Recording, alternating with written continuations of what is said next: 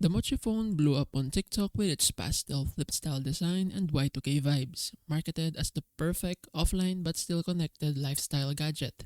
Ads promise Wi Fi, music streaming, and social media access in a cute retro shell.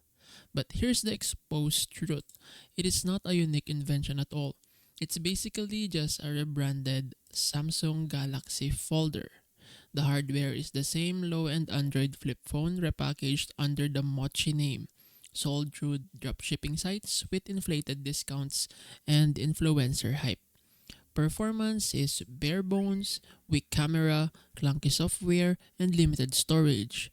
Reverse image searches and Reddit discussions confirm that the Mochi phone is simply a generic Galaxy Folder clone marketed as a trendy lifestyle device.